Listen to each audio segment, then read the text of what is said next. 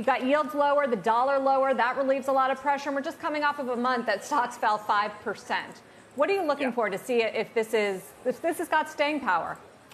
A few things are lining up. I mean, it's tough to say, probably impossible to say on a one-day basis if this is more than just a bounce. But the fact that the market did respond to what had become relatively oversold conditions, at least relative to where we've been in recent months.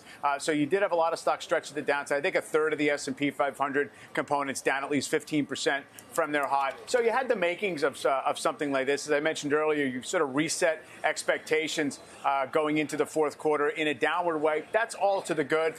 Leadership looks fine. I mean, if I look at a chart of the small cap index, if I look at a chart of the banks index, even industrials, which did kind of get tripped up a little bit, they've been more sideways than straight down. So I don't think it's changed the underlying economic message of what the market was saying, just because the big index stocks really did create this bit of a breakdown in the S&P. Paul, what's your take as to the kind of reason behind the pullback that we saw over the prior week or so? Just down to yields?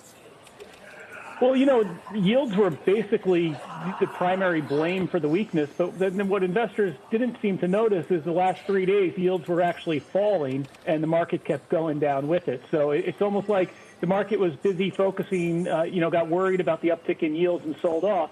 And then when yields stopped going up, the market couldn't be bothered with it because it was selling off. So they sort of lost track of why it was selling off in the first place. And I think as yields have come in, the market has rallied a little bit here. What we saw earlier in the week is normally when the market pulls back, bonds are a safe haven. They tend to move in the opposite direction. But we saw the opposite happen this week when TLT was down 4% over the course of a week. And that's very uncommon for TLT to drop that much, especially when the market's going down at the same time.